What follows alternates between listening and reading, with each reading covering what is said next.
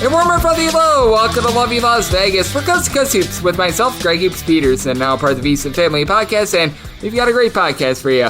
We're going to be joined in a few minutes by Tom Casale. He does great work over at CBS Sportsline. Coupled with that, he is the sports betting director over at NOLA.com. We're going to be talking about a wide variety of different things that he is doing to get set for the upcoming season. We're going to be taking a look at some of these teams that maybe went on a nice run to end the season last year and why they might be worth fading a little bit. Why adjustments on teams in this day and age of college basketball are more drastic in season than ever before. Sort of taking a look at some of these teams that you want to be backing early, fading late, and vice versa. Teams that you might want to fade a little bit more earlier in the season, then you might be willing to back them a little bit late. He's got one futures ticket that he's going to be talking about as well, but he's also going to be talking about why he doesn't play as many futures in college basketball than he has in past years, and that's something that I very much echo the sentiments of. As you know, if you listen to this podcast over the last few years, not too much a futures guy. There's a reason why you haven't gotten too much futures chatter, because I do think that in this day and age of college basketball, even though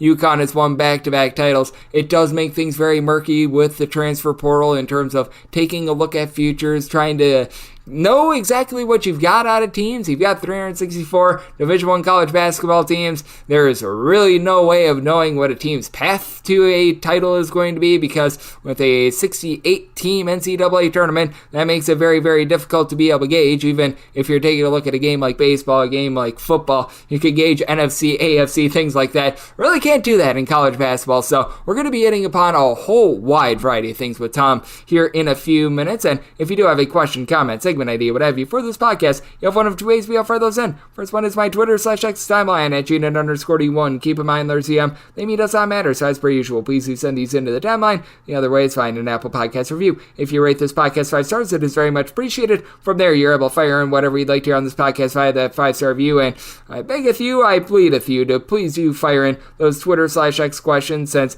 we do have pretty much the hate in the barn with regards to a lot of these roster moves, what have you, and you're going to be getting more conference previews over the next few days. I plan on doing the American and the ACC this week. As a matter of fact, might be able to get done the American within the next 48 hours, so we are on track there, and I do want to know just sort of the nooks and crannies of the things I can help you out with to be able to get you set for the upcoming season. That's part of the chat today. I'm trying to bring on just a wide variety of different folks to be able to help fill the void for the start of the upcoming season, whether that be former players, someone like Tom Casale, who's very good on the front of being able to bet college basketball, maybe a former coach or two, analyst, just trying to get as many angles and as many opinions as possible. And I think that that is so important, because sometimes those of us that are sports bettors, we get sort of stuck in that vortex. Some of you that are casual fans sometimes get stuck in that vortex as well. And I always stress this for getting set for the upcoming college basketball season: utilize as many resources as humanly possible. Like, I do my projector or finish for every single conference. I'm going to have some where I get it absolutely right. There are going to be some where I get it absolutely wrong, and I'm willing to admit that. The goal for myself is to be able to have my bets be hitting at north of 52.4% on a -110 spread, so that way I'm able to make you guys some money. Certainly for a little bit more, because the more money the better, but there are going to be hits, there are going to be misses. Every single model is going to be out there. Like, I really don't utilize things like KenPom and Bark Torvik, what have you, not because they don't do great work. Like, those guys are absolutely amazing at what they do, and they have really helped college basketball analytics so much, but it's because I want my own analysis to be my own, and I do want to provide something that's a little bit different from everything else, so that way if you're utilizing like KenPom, if you're utilizing Bart Torvik, you're utilizing these podcasts, you're looking at the Field of 68, you're looking at our friends over at KeyCheck CBB, go down the list, Burner Ball with Shirley Donovan, you utilize that all together, you're able to come to your own conclusion, and I think that that's the best way of going about it personally. So hopefully I can be one cog of helping you out, and I'm with you guys every single day on this podcast, and a man that is doing such great work getting set for the upcoming college basketball season, that would be our good friend and Tom Casale. He's going to be joining me on the flip side for a nice wide-ranging chat right here on Coast to Coast Hoops with myself, Greg Hoops Peterson, now a part of the VSiN Family Podcast.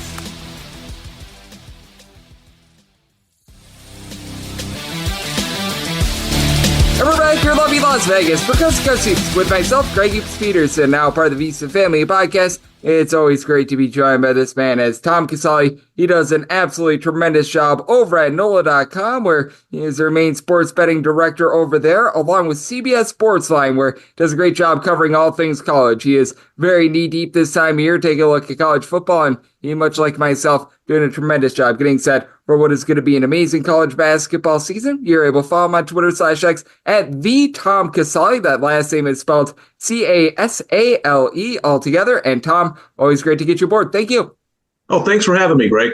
Thank you for joining me, Tom. And Tom, first things first, we both know that with regards to preparing for the college basketball season, it's a little bit different now than it was a few years ago, with having now 2,000 players in the transfer portal, having just so many moving parts, and feels like we've just had more coaching hires than ever before. And just how do you go about, with regards to your early offseason analysis, taking a look at these teams and just trying to decipher what we're going to be able to get out of these teams when it comes to the regular season? Yeah, it's interesting. I think betting in college sports in general has been changed a little bit in the last couple of seasons.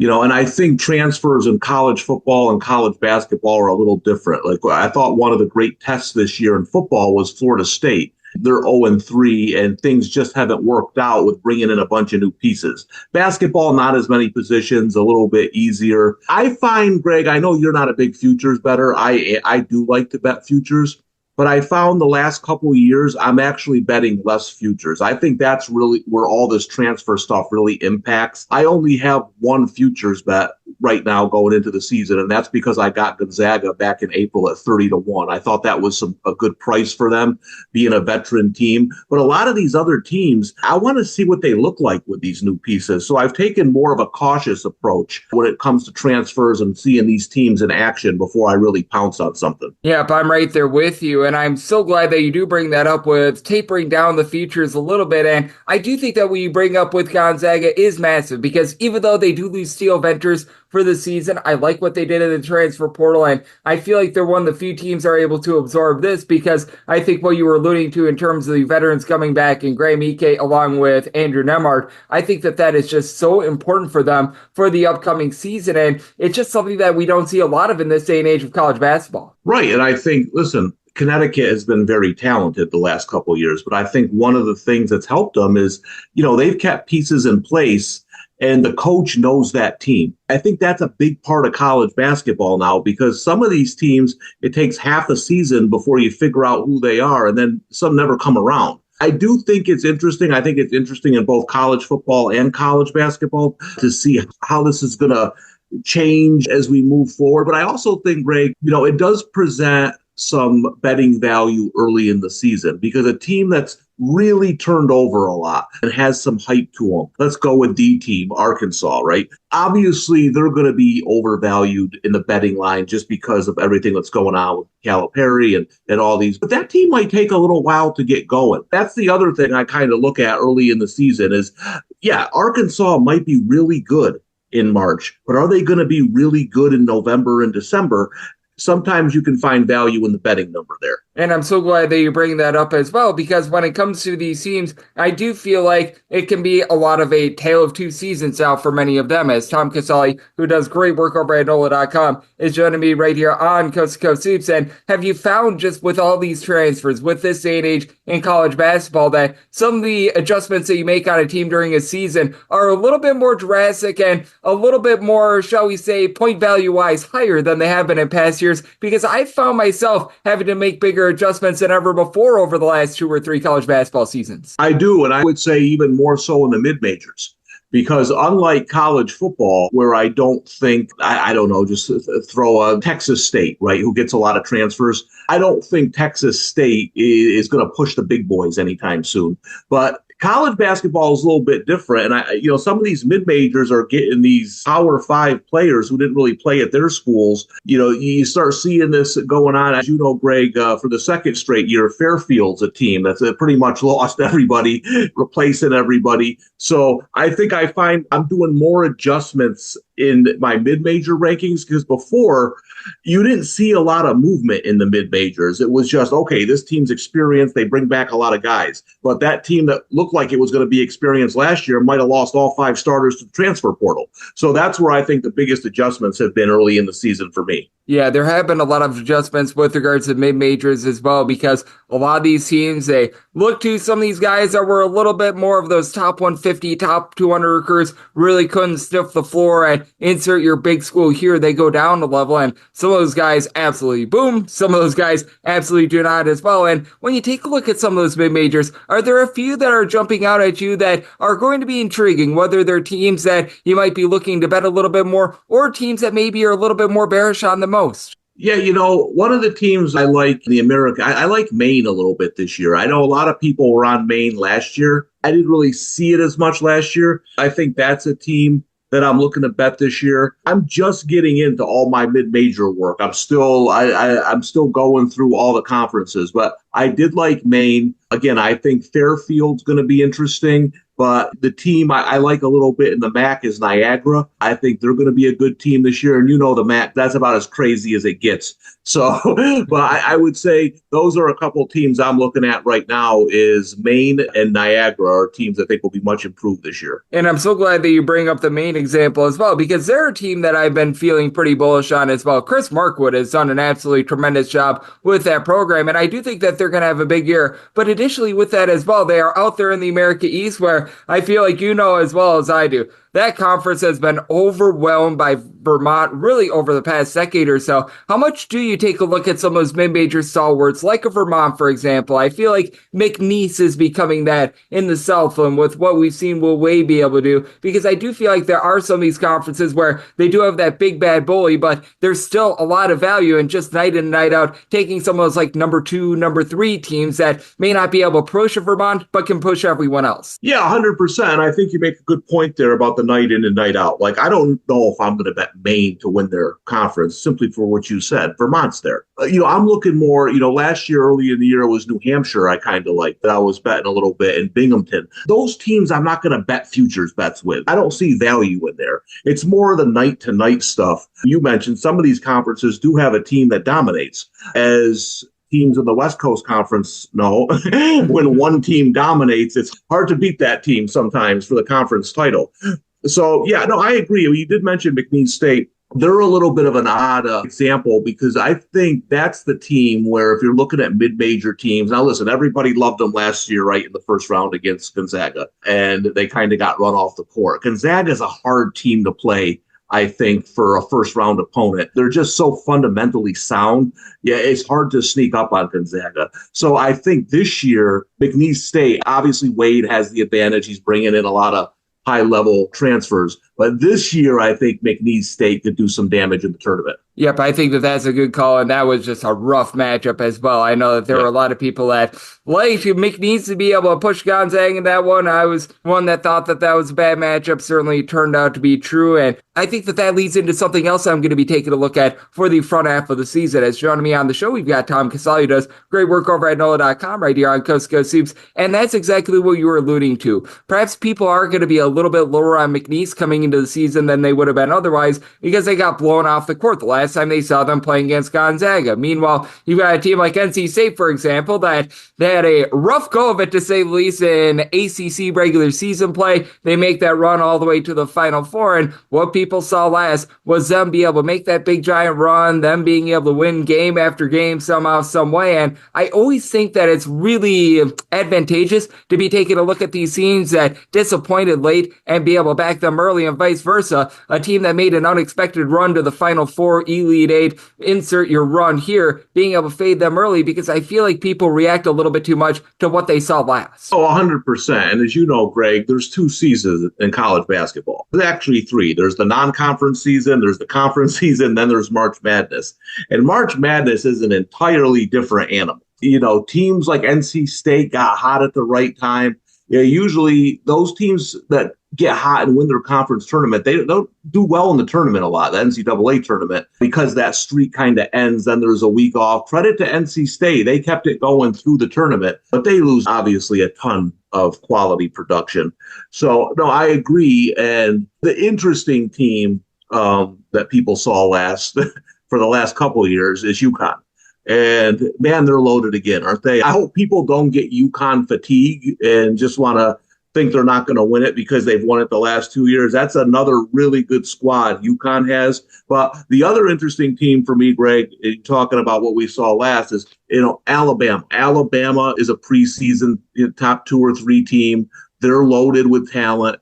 But I love the way Alabama plays. They shoot threes. They play my kind of game. But sometimes in the tournament, I thought they got a break last year with Charleston in round 1. They play fast too. They were made for Alabama. But sometimes those teams, when they're not hitting their threes in the tournament, can be an early out. But that's a team I'm going to be most interested to watch this year is the Crimson Tide. Yep, they are going to be such an interesting team because they made that nice run. And if they can play a little bit more defense, I'll be feeling bullish on them. And I do like the fact that they brought in Cliff Ambarui as well. And those are the sort of things that I do look at for some of these teams in the offseason, because I do think that Alabama, even though they made that Final Four run, did look themselves in the mirror and said, you know what, we should probably be a little bit more stout in the posts. They've got someone in Grant Nelson who's highly versatile, and I feel like bringing in Cliff Ambarui to pair with them is tremendous. We saw that with UConn last offseason as well. The fact that they bring in Cam Spencer, who I thought that was that missing piece, them being able to evolve, do that, I think is so big as well. And how do you take a look at some of these teams that you can tell that in the transfer portal, they're utilizing it to be able to bring in those 1 or 2 necessary pieces rather than have like 7 or 8 rental guys that they're just going to be turning over year in and year out? Yeah, I think one of those teams might be Baylor. I like the couple of guys they brought in with O'Meara and Roach. I think that's an interesting team. But what you said right there,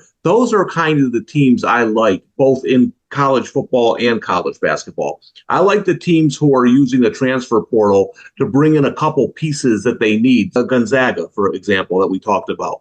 I think it's harder to bring in an entirely new team, only because you don't know how those guys are going to mix. A team that hadn't done well the last couple of years in the transfer portal, especially when Chris Beard was there, his first year was Texas. I thought Chris Beard's first year at Texas, he just had the wrong team. Like, he went and he got some guys and he brought them in and he put them all together. And on paper, it looked good. But it wasn't the Chris Beard defensive lockdown kind of team. So I think that's interesting because some teams recruit to their strengths. That's more so in football, like a Kansas State, right? Who wants to go to Manhattan, Kansas? They recruit 3-star athletes who they think can be 5-star athletes in their system. So I think the transfer portal's got to be similar that way. You got to find guys that fit your system and not necessarily the best guy. I think that is so well said. And with Kansas State, they were able to have great success in year number 1. You could tell that in year number 2 was a little bit more wobbly, but I do like the fact that they went out this offseason. They addressed things a little bit earlier as well, because that's part of it as well. I feel like with the cutoff date for entering into the transfer portal this offseason, it's going to cause for a little bit more chemistry with these teams, because a team that you were alluding to in Kansas State, they were bringing in a lot of their guys in like July and August, and with that cutoff date being now May 1st, a lot of these guys, they had to commit by early June, and I do think that that's going to allow some of these transfers to have a little bit more success this year than in past years. Yeah, I agree. I think in any sport, you just need time for things to mesh. And again, I think it does create some value, especially when you get to those neutral site tournament games, right? I really like taking teams that are more experienced, have kind of been around for a while, over that new team that's been put together, because I think one of the good things for those teams is you're going to these neutral site tournaments, you're playing good competition, and even if you lose, it doesn't matter. You're finding out who your lineups are. Calipari's famous for that. Not really caring about what his team's record is in November because he's figuring out his lineup. So again, I think when you look at it that way, Arkansas might be a decent fade that first month when they play some of that tougher competition. Yep, right there with you. And with Arkansas, the good news is they do have a few guys that follow John Calipari from Kentucky, but it certainly is going to be interesting to see how all those things mesh. I still remember John Calipari's first press conference being like, hey, we've got one walk-on right now that I addressed. And I thought that was absolutely hilarious. And I know you mentioned you've got one futures play right now with Gonzaga, and that 30-1 number you did get was amazing. And when it comes to just taking a look at things right now, even though you're probably not going to be taking too too many features here in the offseason. Is there perhaps another team or two that you take a look at early on during the season that you think might be able to provide a little bit of value, and a team that you think maybe is going a little bit under the radar that could perhaps be able to rise up and be able to win quite a few games early on? Yeah, I think that team for me is Cincinnati. They played well towards the end of the season. I like their lineup. Bring in Dylan Mitchell from Texas. I think that's a team that's a little bit under the radar. You know, they're going to be in the Big 12. Everyone's going to be talking about all these teams. Similar to BYU last year, who I liked coming into the season. They were overvalued after about a month. But, you know, you come into the year, I thought they were going to shoot the ball well. And I didn't think BYU was going to win the Big 12. But I thought that was a team that could do some damage. And I think Cincinnati is the same for me. I really like that team. And the other team I kind of like a little bit. I don't like the coach. You know, I'm not a Mike Woodson fan, but I think he's got his most talented team at Indiana. So that'll be an interesting team because they always play those tough games early on. So that's someone I'm going to be watching out for as well. Yep, I think that those are two very good teams, and I'm glad that you mentioned Cincinnati as well. They get lost in the shuffle with so many of those great Big 12 teams, but the fact that they bring in Dylan Mitchell, I like that they bring back Jizzle James, who was really able to pop towards the back half of the season last year as well. I think that they're going to provide a lot of value. Not quite as much value as you provide to this podcast, though, Tom. You do an absolutely tremendous job taking a look at college football, college basketball. I know that you're getting into a little NFL this time of year as well, so let the good people at home know it's all on tap for you, and how people can follow along on social media and other platforms. Sure, yeah, you can follow me. I'm at Sportsline with CBS. I'm also at NOLA.com. I'm the sports betting director there. I do everything there from survivor picks to college football stuff. So you can find me there, and you can follow all my stuff on Twitter at the Tom Casale. Tom does such a great job. Take a look at this great game of college basketball. I know that he's hard at work getting set for this upcoming season, much like myself, and always great to be able to get him aboard. Big thanks to Tom for joining me on Cuz Hoops, now part of the VSiN Family Podcast. And if you do like hearing from this fine podcast, Cuz Hoops, you're able to subscribe wherever your podcasts, Apple Podcasts, Google Play, Spotify, Stitcher, and TuneIn. If you have a question, comment, segment idea, what have you for this podcast, you have one of two ways we offer those in. First one is my Twitter/X timeline at Jaden_D1. Keep in mind, letters CM, they mean does not matter. So as per usual, please do send these into the timeline. And the other way is find an Apple Podcast review. If you rate this podcast 5 stars, it is very much appreciated. And then from there, you're able to fire in whatever you'd like to hear on this podcast via that 5-star review. And I'm with you guys every single day on this podcast, regular season, off season, rain or shine. So please do send in those Twitter/X questions. That way I know what you want to hear on the podcast, and be on the lookout for some more conference previews. Should be having at the very minimum 1 up within the next 48 hours, might be 2 up within the next 72 to 96 hours, as working on the ACC, working on the American, and that'll leave us with the bigs, the Big 10, the Big 12, the Big East, and then the SEC after that. So I appreciate you guys tuning in today, and I'll be back with you once again tomorrow. Thank you.